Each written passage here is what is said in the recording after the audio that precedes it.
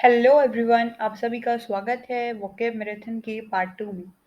Second class है ये और डीएसएसबी के जो प्रीवियस ईयर क्वेश्चंस हैं उनसे वोकेब को पिक किया गया है और फोटोज के थ्रू जो है एक्सप्लेन किया गया है। आई होप आपको ये सीरीज काफ़ी पसंद आ रही है और अगर आपने फर्स्ट पार्ट नहीं देखा है तो प्लेलिस्ट में जाके इसको ज़रूर देखिएगा। स्टार्ट करते हैं without wasting any time. First important idiom से, क्रक्स ऑफ द मैटर, मतलब कि इम्पोर्टेंट पॉइंट्स क्या हैं उनको नोट डाउन करना। तो क्रक्स ऑफ द मैटर क्या होता है? किसी भी कॉन्सेप्ट का इम्पोर्टेंट पॉइंट्स को हम बोल सकते हैं कि ये सारे पॉइंट्स जो हैं इसके क्रक्स ऑफ द मैटर हैं। आप इमेज से देख सकते हैं, ये नोट्स बना रही हैं और नोट्स कैसे बनते हैं? नोट्स इम्पोर्टेंट पॉइंट्स से ही बनते हैं। Next word is orator.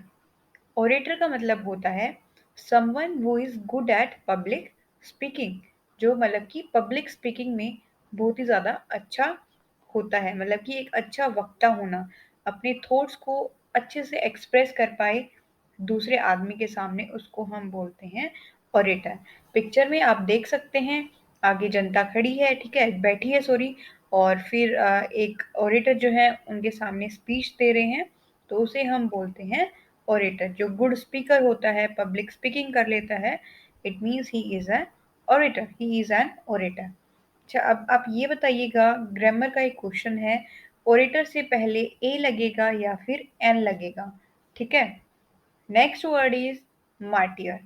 Okay, सबसे पहले तो I would like to tell you that I belong from a district जिसको शहीदों का शहर भी कहा जाता है, और वो है झज्जर, ठीक है। और मार्टियर जो है, मार्टियर का मीनिंग होता है शहीद। आप पिक्चर से देख सकते हैं, शहीद भगत सिंह, शहीद सुखदेव, शहीद राजगुरु। अब आप सभी को जीके का एक क्वेश्चन जो है पता होना चाहिए, गूगल करिए अगर नहीं पता है, और अगर पता है तो कमेंट सेक्शन में बताइएगा। जो ये तीनों शहीद हैं, इनको फांसी किस दिन दी गई थी और किस ईयर में दी गई थी? तो मार्टिर का मतलब क्या होता है? जो देश के लिए शहीद होते हैं उसको हम इंग्लिश में क्या बोलते हैं? Martyr. Next word is stoic. Stoic का मतलब क्या होता है? मतलब कि आपको पिक्चर में दिख रहा होगा ना, ये दुखी सा आदमी बैठा है, ठीक है। तो कुछ लोग ऐसे होते हैं जो अपनी प्रॉब्लम्स दूसरों से शेयर नहीं करते हैं, उनको अपने अंदर ही रखते हैं और उनसे फेस करते रहते हैं, दुखी सुखी होते रहते हैं, बट दूसरों को तंग नहीं करेंगे कि मैं इस प्रॉब्लम के थ्रू जा रहा हूँ, ठीक है। तो ऐसे लोगों को हम क्या बोलते हैं? स्टोइक बोलते हैं। Next word is recluse. Recluse का मतलब क्या होता है? सन्यासी, जो मतलब कि सब कुछ आराम वगैरह छोड़ के एक मोह माया की दुनिया से बाहर निकल जाता है और दूसरी लाइफ में चला जाता है। हिंदी में बोले तो जो सन्यासी होता है उसको हम क्या बोलते हैं? रिक्लूज बोलते हैं। ठीक है, तो अब तक हमने जो वर्ड्स देखे हैं एक बार रिवाइज कर लेते हैं। क्रक्स ऑफ द मैटर, मतलब कि कॉन्सेप्ट के इम्पॉर्टेंट पॉइंट्स।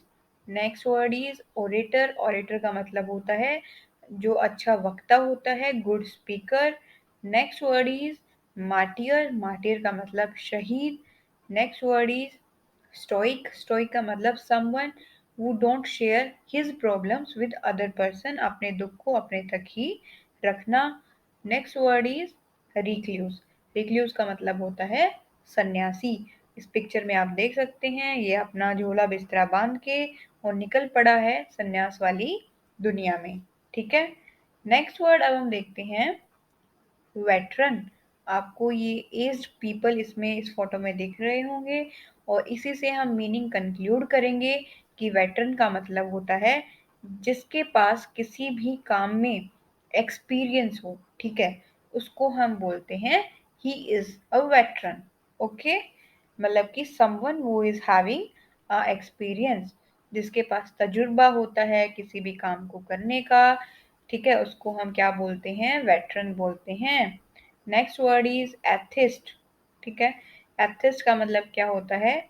जो भगवान को नहीं मानते हैं, ठीक है, उनका मानना है कि भगवान को अगर हम देख ही नहीं सकते हैं तो हम क्यों माने कि भगवान एग्जिस्ट करते हैं। तो जो भगवान को ना माने उसको हम क्या बोलते हैं? एथिस्ट बोलते हैं। और जो भगवान को मानते हैं उसको हम क्या बोलते हैं? थीस्ट बोलते हैं। ठीक है, थीस्ट के आगे अगर ए वर्ड को ऐड कर दिया जाएगा तो वो उसका नेगेटिव हो जाता है, मतलब कि जो भगवान को नहीं मानते हैं। ओके, उसके बाद नेक्स्ट वर्ड है फैटलिस्ट। फैटलिस्ट का मतलब होता है जो भाग्य पर विश्वास करते हैं। सिर्फ उनका मानना है आपकी लाइफ में जो भी होता है सिर्फ भाग्य से होता है, किस्मत से होता है। अच्छा हो या बुरा हो सब भाग्य से होता है। मेहनत जो है कोई भी काम की नहीं होती है, या फिर कोई भी जो अदर चीजें हैं वो आपकी लाइफ में इम्पोर्टेंट नहीं होती है। सिर्फ भाग्य से ही आपकी पूरी जिंदगी फ्रेम होती है कि आप कब पैदा होंगे, कब आप मरेंगे, ठीक है, आपकी क्या जॉब लगेगी, आपकी किससे शादी होगी। तो सब जो ऐसा मानते हैं कि ऐसा भाग्य से होता है उस आदमी को हम क्या बोलते हैं? फैटलिस्ट बोलते हैं। पिक्चर से आप देख सकते हैं ये लड़की सोच रही है अच्छा मेरे इतने बुरे इंसान से शादी हुई है तो ये सिर्फ मेरे भाग्य से हुई है, और लेटिंग बी, इसको जैसा है इसको रहने देते हैं, साथ तो इसी के रहना पड़ेगा।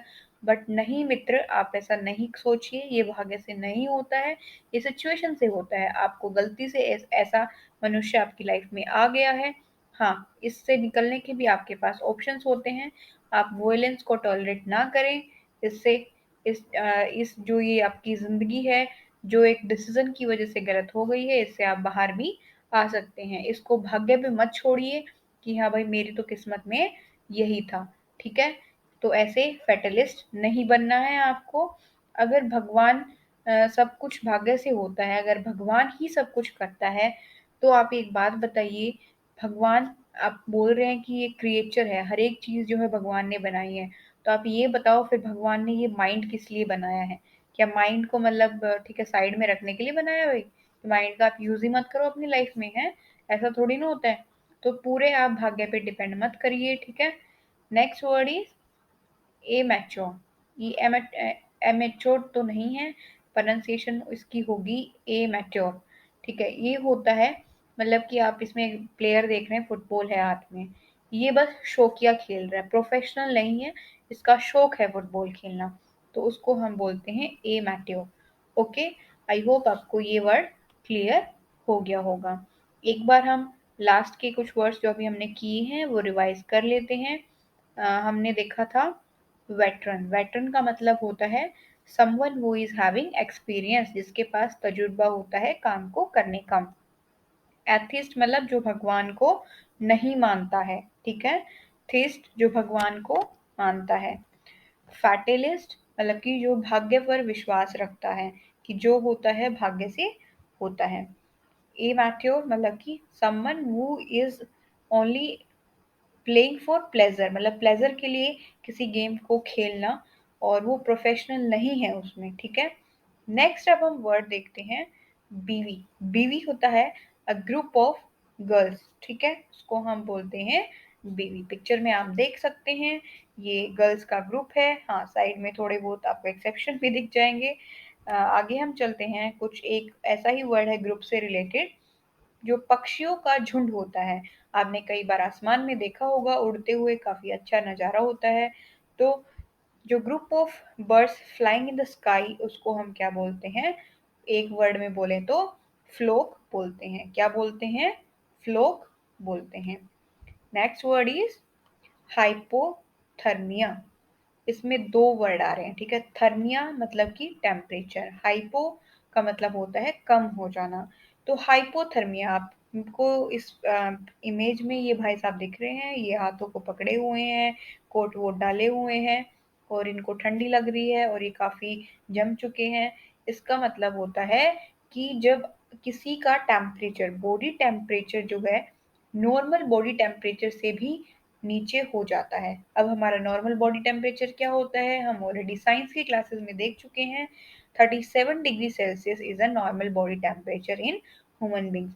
और अगर इससे नीचे आपका टेम्परेचर जाता है तो उस कंडीशन को हम बोलेंगे hypothermia. Next, shoot in the dark. Important है यार, हम डेली यूज करते हैं इसको। अगर आप स्टूडेंट हैं, किसी भी एग्जाम की तैयारी करते हैं, तो हम बोलते हैं ना कि यार तुक्का तो नहीं मारना चाहिए, तुक्के से नेगेटिव में चले जाते हैं। तो ये तुक्का मारना ये वही है, शूट इन द डार्क, मतलब कि ऐसे ही गैस कर देना। आपका कोई भी उस कंसेप्ट से लेना देना है नहीं, बट आप क्वेश्चंस जो है एमसीक्यू ऐसे ही गैस कर रहे हैं और कुछ भी टिक किए जा रहे हैं, तो उसको बोलते हैं शूट इन द डार्क। एक बार रिवाइज कर लेते हैं लास्ट के जो हमने वर्ड्स अब तक देखे हैं। बीवी, बीवी मतलब ग्रुप ऑफ गर्ल्स। उसके बाद नेक्स्ट फ्लोक, फ्लोक का मतलब होता है group of birds flying in the sky. Hypothermia, hypothermia मतलब जब आपका टेम्परेचर नॉर्मल बॉडी टेम्परेचर से कम हो जाता है, उस सिचुएशन को हम क्या बोलते हैं, hypothermia. Shoot in the dark मतलब कि तुक्के मारना, गैस करना, गलत गैस करना, ठीक है। उसके बाद ऐसे ही ब्लाइंडली गैस करना, उसको हम क्या बोलते हैं। अब नेक्स्ट आ गया हेरेटिक। हेरेटिक का मतलब होता है जब आप किसी धर्म के बारे में, ठीक है, एक्सप्रेस जो आप करते हैं वो दूसरों को सही ना लगे, गलत लगे, ठीक है, उस सिचुएशन को हम बोलते हैं, उस चीज को बोलते हैं ही इज हेरेटिक। मतलब कि जो धर्म के विरोध बोलता है उसको हेरेटिक बोला जाता है। अब मैंने ये पिक्चर क्यों यूज की, ये एक मूवी है, गदर मूवी है, काफी अच्छी मूवी थी। इसमें आपने एक सीन देखा होगा जो कई बार रिपीट होता है। पाकिस्तान का एक आदमी जिसने इस मूवी में मेंटल का रोल प्ले किया हुआ है, ही यूज टू, मतलब वो नारा लगाता था हर बार, पाकिस्तान का नागरिक था बट नारा वो लगाता था कि अ, भारत जो है, क्या बोलते हैं उसको, जय हिंद जय भारत, आई थिंक ऐसा ही कुछ नारा वो लगाता था, नहीं, भारत जिंदाबाद, ठीक है, भारत जिंदाबाद, ऐसा नारा वो लगाता था। और जो पाकिस्तान के लोग दिखा रखे थे अमरीश पुरी, वो फिर उसको धमकाता था। तो ऐसा ही कुछ होता है हेरेटिक का मीनिंग, कि आप जब किसी धर्म के बारे में कुछ बोलते हैं तो दूसरों को वो गलत लगता है, ठीक है, इसको हम बोलते हैं heretic. Next word is beat around the bush, ठीक है, बुश मतलब कि झाड़ी के आसपास घूमते रहना, मतलब कि मेन मुद्दे पे ना जाना, ठीक है, ऐसे ही भटकाते रहना, उस चीज को क्या बोला जाता है इंग्लिश में, बीट अराउंड द बस, मतलब कि इम्पोर्टेंट मेन पॉइंट पे ना आना। उसके मतलब सारी दुनिया की बात आप कर चुके हो, राम कहानी सबको सुन चुके हो, बट आपको अब तक ये नहीं पता लगा है कि राम कौन था, ठीक है, यही होता है beat around the bush. I hope आपको ये क्लियर हो गया होगा। फोरगो, फोरगो का मतलब होता है जब आप किसी चीज को अपनी मर्जी से त्याग देते हैं, स्पेशली इंजॉय करना त्याग देते हैं, उसको बोलते हैं फोरगो।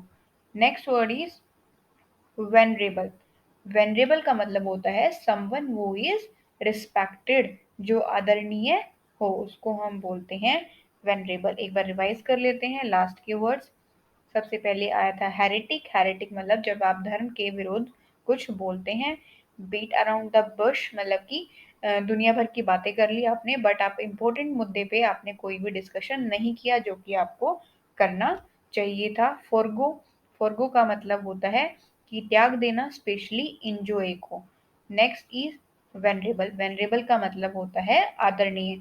आपको पिक्चर में इमेज शो हो रही है सर अब्दुल कलाम की, एपीजे अब्दुल कलाम, ठीक है, इनको एक दूसरे नाम से भी जाना जाता है और वो है missile man. Okay, next word is appalling. Appalling का मतलब होता है जिससे डर लगे, काफी भयानक होना, ठीक है, घोस्टली होना, भूत जैसा होना। आप पिक्चर में देख सकते हैं ये जो गुड़िया है, पर ये गुड़िया नहीं है, ये डरावनी गुड़िया है, ठीक है। Next word is cartel. Cartel का मतलब होता है किसी चीज को छोटा कर देना, ठीक है, शॉर्ट कर देना। आपको पिक्चर में दिख रहा है बालों को कर्टेल किया जा रहा है, तो शॉर्टन करना किसी चीज को, उसको हम क्या बोलते हैं, कर्टेल बोलते हैं। Next word is abstain. Abstain का मतलब होता है मतलब कि परहेज करना, ठीक है, किसी चीज से। अब आप पढ़ाई कर रहे हैं, ठीक है, पढ़ाई करते करते आपको परहेज करना पड़ेगा भाई, कि मैं टीवी ना देखूं, मैं फोन ना चलाऊं, ओके, मतलब कि बचना किसी चीज से जो आपको आपके माइंड को डाइवर्ट करे, उसको बोलते हैं हम एब्सटेन। अब हम एक बार रिवाइज कर लेते हैं कुछ वर्ड्स को।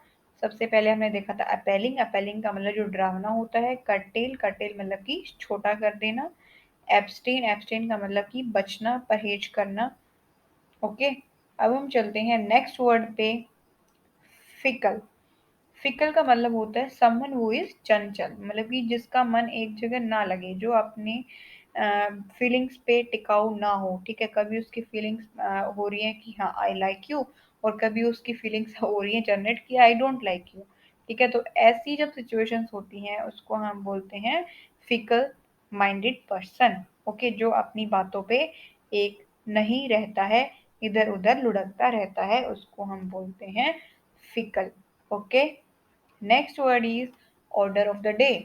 ऑर्डर ऑफ द डे का मतलब होता है आपके दिन का इम्पोर्टेंट टास्क क्या है, कोई भी वो हो सकता है। पिक्चर में आपको दिख रहा है कि I can say running is my order of the day, क्योंकि मैं अपनी दिन की शुरुआत रनिंग करके पसंद करता हूँ, ओके, ठीक है। तो ये होता है order of the day. Next word is surplus. Surplus का मतलब होता है मात्रा में अधिक होना किसी चीज का, large amount of something. Next word is perturb. Perturb का मतलब होता है कि डिस्टर्ब करना। अब आप पढ़ रहे हैं, ठीक है, आपके पड़ोस में शादी हो रही है किसी की और गाना चल रहा है कबूतर उड़ जा कबूतर उड़ जा, तो भाई आप डिस्टर्ब तो होएंगे ना। तो उसी सिचुएशन को बोल रहे हैं कि वो जो डीजे चला रहे हैं उसकी वजह से आप परटर्ब हो रहे हो, ठीक है। एक बार रिवाइज करते हैं वर्ड्स को। हमने देखा फीकल, फीकल मतलब कि जो चंचल होता है, स्थिर नहीं होता है, ठीक है, अपने आप पे विश्वास नहीं होता है कि मेरे को ये काम करना है या नहीं करना है। Order of the next word is order of the day, मतलब कि इंपॉर्टेंट टास्क आपके दिन का। सरप्लस, सरप्लस क्या होता है, मात्रा में अधिक होना, लार्ज इन अमाउंट। परटब, परटब क्या होता है, जब आपको कोई डिस्टर्ब करे उसको हम बोलते हैं perturb. Next word is now perplex. Perplex क्या होता है, जब आप कंफ्यूज होते हैं, ठीक है। अब ये लड़की आपको दिख रही होगी हाथ लगाए हुए माइंड पे, शी इज कंफ्यूज नाउ कि मुझे शादी करनी चाहिए या नहीं करनी चाहिए, ठीक है। दूसरा हम एग्जांपल ले सकते हैं कि मुझे एसएससी की तैयारी करनी चाहिए या नहीं करनी चाहिए, क्योंकि काफी टाइम लग जाता है रिजल्ट आने में। थर्ड, परप्लेक्स की सिचुएशन हो सकती है कि क्या मुझे यूपीएससी की तैयारी करनी चाहिए या नहीं करनी चाहिए, काफी टाइम लग जाएगा यार ये तो करने में, ठीक है। तो ऐसे जब हम कंफ्यूज कंडीशंस में होते हैं तो उसको हम बोल सकते हैं I am perplexed, okay. Next word is persuade. Persuade का मतलब होता है किसी को मनाना, एग्री करना। अब आपको ये दो जेंटलमैन दिख रहे होंगे, एक है सन, एक है फादर, ठीक है। सन अपने डैड को परसुएड कर रहे हैं, dad I want to marry that girl, okay. तो ये होता है परसुएड। परसुएड मतलब कि मनाना, ओके। आप अपने आर्गुमेंट्स देते हैं कि आप आपको ये करना चाहिए, ये करना चाहिए, ठीक है, उसी को हम बोलते हैं परसुएड करना, मनाना किसी चीज के लिए। Next word is perpetuate. Perpetuate का मतलब होता है कोई चीज कितनी टिकाऊ है, कायम रहती है, लंबे समय तक रहती है, उसको हम बोलते हैं परपैचुएट। अब आज आपको इसमें पिक्चर में विजिबल होगा couples are holding their hands, ठीक है। बट ऐसा आजकल काफी रेयर होता है, क्योंकि जो शादियां होती हैं वो काफी जल्दी टूट रही हैं आजकल। Even arrange marriages are not perpetuate आज के टाइम पे। सो परपेचुएट का मतलब होता है something which is for long time, जो मतलब एक कंटिन्यूटी जिसमें बनी रहे, ओके, उसको हम बोलते हैं perpetuate. Next and last word gluten. Gluten का मतलब होता है कि जो बहुत ही ज्यादा खाए, someone who Yeats too much, okay, जो बहुत ही ज्यादा खाता है उसको हम ग्लूटन बोलते हैं। एक बार हम सारे वर्ड्स जल्दी जल्दी इन द एंड रीबैक इसका वो कर लेते हैं, रिकैप ले लेते हैं। क्रक्स ऑफ द मैटर मतलब कि इंपॉर्टेंट पॉइंट्स को नोट डाउन करना। Orator, someone who is good at speaking. Martyr, शहीद। स्टोइक, जो अपने दुख अपने तक रखे। रिक्लूस, सन्यासी। Veteran, experienced. एथिस्ट, जो भगवान को ना माने। थेस्ट, जो भगवान को माने। फैटलिस्ट, जो भाग्य पर विश्वास रखे। ए मैट्यो मतलब कि जो प्लेजर के लिए, मजे के लिए कोई गेम खेलता है, प्रोफेशनल नहीं खेलता है। Bevy, group of girls. Flock, group of birds. Hypothermia मतलब कि ऐसे सिचुएशन जिसमें नॉर्मल बॉडी टेम्परेचर से भी टेम्परेचर कम हो जाता है। शूट इन द डार्क मतलब कि तुक्के मारना। हेरेटिक मतलब कि किसी रिलीजन के विरुद्ध बोलना। बीट अराउंड द बश मतलब कि मेन मुद्दे पे बात ना करना। फोरगो मतलब त्यागना। वेनरेबल मतलब कि someone who is respected respectable. Appalling मतलब कि डरावना। कटेल मतलब कि छोटा करना। एब्सटेन मतलब कि परहेज करना। फीकल मतलब चंचल। ऑर्डर ऑफ द डे मतलब कि important task of the day. Surplus मतलब अधिक मात्रा होना। परटर्ब मतलब डिस्टर्ब करना। परप्लेक्स मतलब कंफ्यूज होना। परसुएड मतलब मनाना। परपेचुएट मतलब कोई चीज़ कितनी टिकाऊ है, कितने लंबे समय तक चलती है। And last and final word gluten मतलब कि जो बहुत ही ज़्यादा खाता है। आई होप आपको आज के सारे वर्ड्स क्रिस्टल क्लियर हो गए होंगे। In the end I would like to motivate all of you that never give up in your life. Do amazing thing, do your best. आप अपना बेस्ट दीजिए, 100% दीजिए, अपने आप से कभी भी नेवर गिव अप मतलब कभी भी गिव अप मत करिए। लगे रहिए, आप अपनी मंजिल तक जरूर पहुंचने वाले हैं। Like the way I am. Okay, so keep doing your hard work. Do like the video अगर वीडियो पसंद आए तो, and also don't forget to share the video and our target is 50 likes. Thank you. Have a good day.